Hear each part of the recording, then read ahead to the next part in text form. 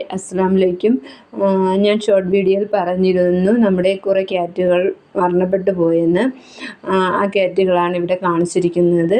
ഇവരെ കൊണ്ടുള്ള കുറേ വീഡിയോകൾ ഞാൻ ഇട്ടിരുന്നു. ഇവിടെ ഡെലിവറി അവരുടെ കളികളും ഉൾപ്പെടുത്തി കുറേ വീഡിയോകൾ ഞാൻ അപ്ലോഡ് ചെയ്തിരുന്നു.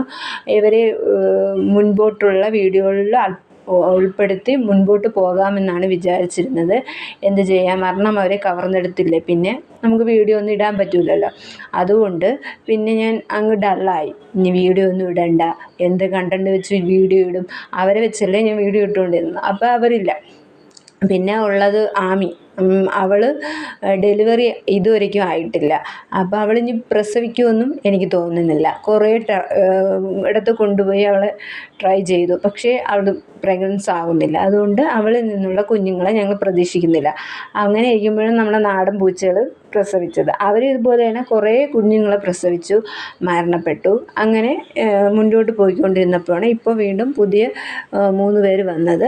അവരെ വീഡിയോയിൽ ഉൾപ്പെടുത്തി കൊണ്ടുപോകാമെന്ന് വിചാരിക്കുന്നു. എന്നാലും അവരെ നമുക്ക് കണ്ടൻറ്റിനായി ഉപയോഗിക്കാൻ പറ്റില്ലല്ലോ. അവരൊരു മൃഗമല്ലേ, മനുഷ്യനെ പോലെ അവർക്ക് അഭിനയിക്കാൻ അറിഞ്ഞുകൂടല്ലോ. അവർ ചെയ്യുന്ന ചെറിയ ചെറിയ വീഡിയോകൾ ഇത് ഉൾപ്പെടുത്തി കൊണ്ടുപോകാനേ കഴിയുള്ളൂ. അപ്പോൾ ഈ യൂട്യൂബ് ചാനലിനെ എങ്ങനെ മുന്നോട്ട് കൊണ്ടുപോകും എന്നിങ്ങനെ ആലോചിച്ചിരിക്കുകയാണ്. അപ്പോൾ എനിക്ക് തോന്നി, എനിക്ക് ചെറിയ കഴിവുകളുണ്ട്, ആ കഴിവിനെയും കൂടി ഈ ചാനലിൽ ഉൾപ്പെടുത്തി മുന്നോട്ട് കൊണ്ടുപോകാം എന്ന് വിചാരിക്കുന്നു. നിങ്ങളുടെ സപ്പോർട്ടുണ്ടെങ്കിൽ മാത്രമേ അതിന് കഴിയൂ. അതിനാൽ നിങ്ങൾ സപ്പോർട്ട് ചെയ്യുക, ഷെയർ ചെയ്യുക, ലൈക്ക് ചെയ്യുക, കമൻ്റ് ഇടുക.